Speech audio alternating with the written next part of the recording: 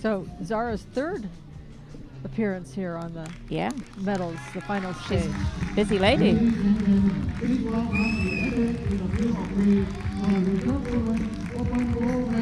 But I think, you know, the number of tournaments that she's done where she's been on the mixed team or she's been in the ladies team as well as individual. I mean, she's an outstanding archer. As we said, she qualified for the Olympic team, not just the Paralympic team. And so it's not surprising that we keep seeing her. She's an amazing advocate for women's sport in her country and across the world.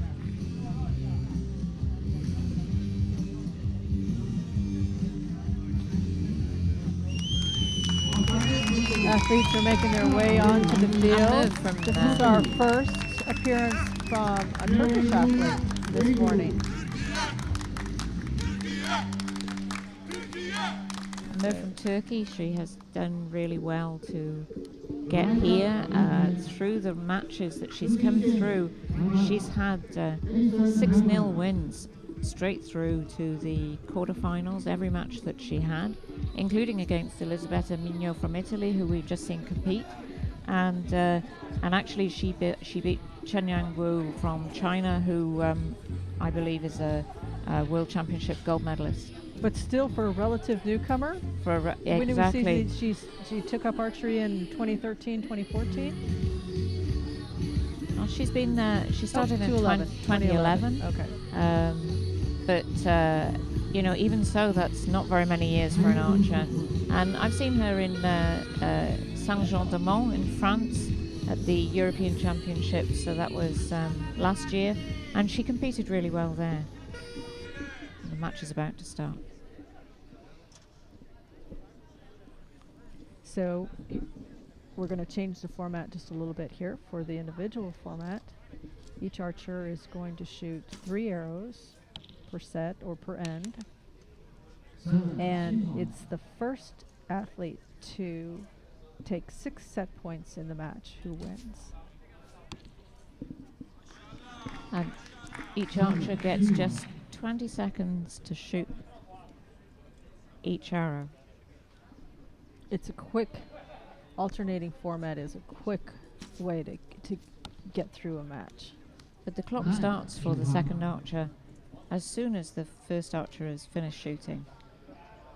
But you are allowed, while your opponent is shooting, you are allowed to load your bow. So she's unlike in the team round, where you're not allowed to load your bow until your teammate has indicated that they're finished. With that verbal or with that hand signal that says, done, finished, go, whatever it was. Merve's put in 2 9s and a 7 for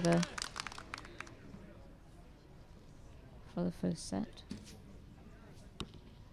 And Zahra 2 10s and a 7 takes nice the start. first set. Good recovery from her.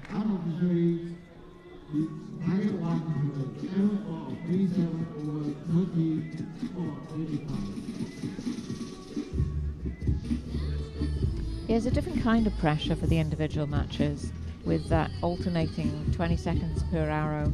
So as soon as you've shot, you want to be thinking about getting your arrow out of the quiver so that you're ready to shoot when your opponent stops shooting. Because if you shoot against a really fast opponent, then it's a big challenge then for you to get your arrow out of the quiver, onto the bow, get yourself settled, get your shot set up and shoot. All when you're under the pressure and you're in a gold medal match.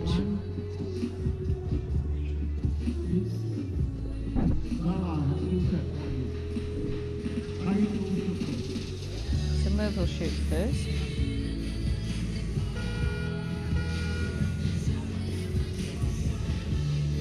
But there isn't much to choose between these ladies so far.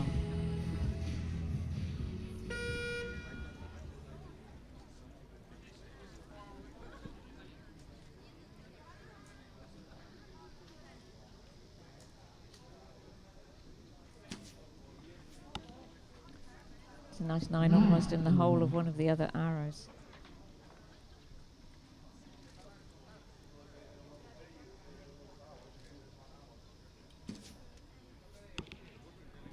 Nice shot.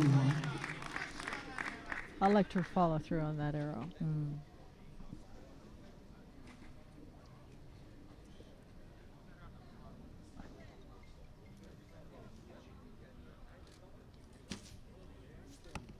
And a 9.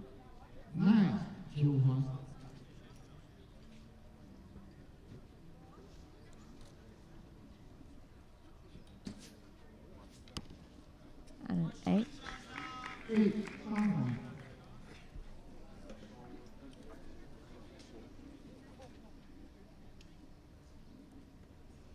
She's quite calm out there. When the time switches to her side, she's got only 5 seconds left to finish the shot. She doesn't appear to be in a hurry to, even though her bow is loaded, she doesn't appear to be in a hurry to pick it up and get the arrow shot. She's just calmly, when the time goes her way. Okay. And she takes that set. So they're tied at 2 set points each. And you may notice that Merve has got a different kind of wheelchair back to Zahra's, and that again is down to her different medical needs and what she needs to support her when she's shooting. But there are specific rules with wheelchairs about how much support a wheelchair can give you, and there must be a gap of 11 centimeters between your armpit and the top of the wheelchair back. And I think with both of these ladies, it's actually really, really clear to see.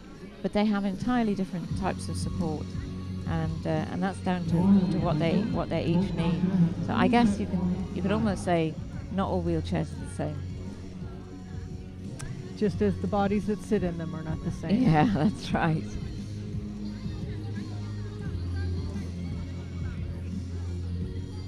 Match is tied.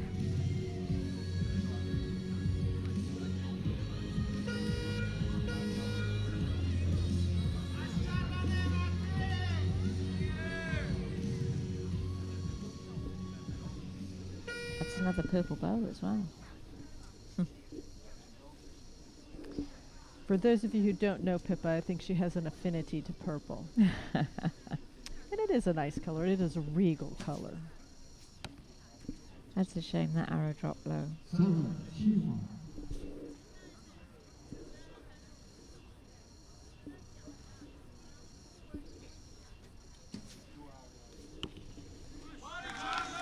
She's got a consistent first arrow setting there. They all just a hair to the left between the 9 and the 10. She doesn't mind about the time on the clock. She just takes her time to shoot the shot. She's fairly consistent, finishing about between 4 and 5 seconds on each shot. But that 10 will put pressure on.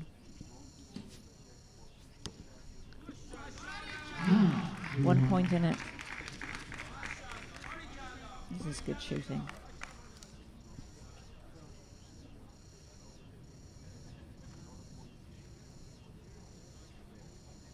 Again, she gave herself a couple seconds. Oh, this is going to be critical. She's going to lose this arrow.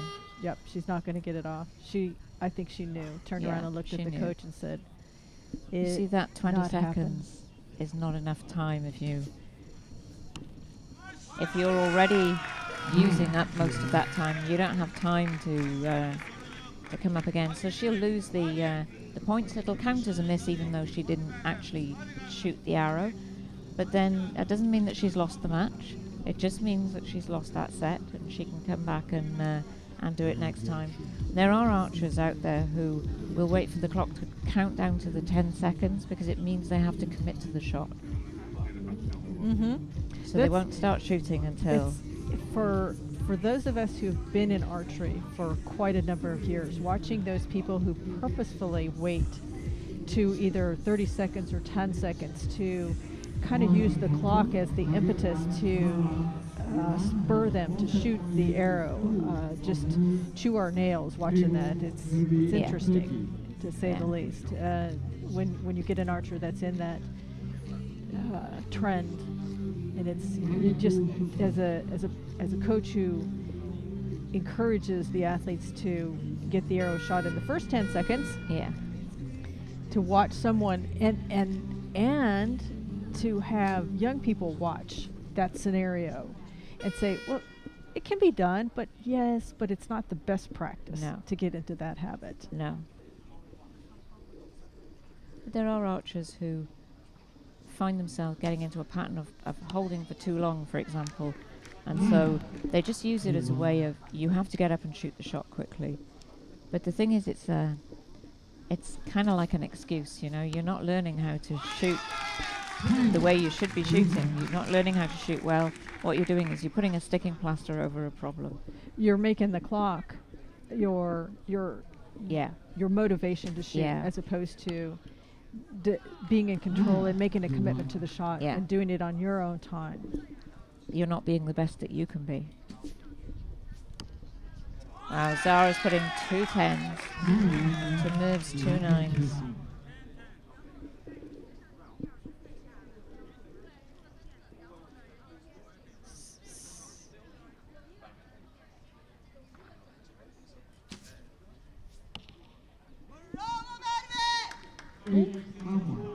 Look like she's speeding up her, not the shot itself, but the time that she was allowing herself before she picked up her bow.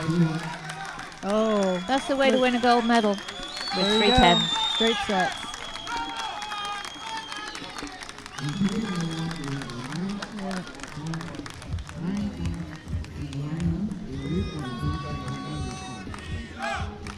Still to be confirmed, but it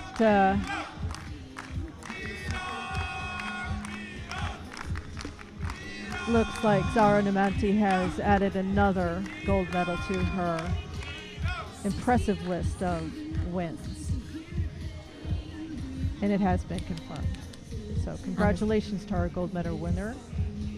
And congratulations also to Merve from Turkey on her silver medal.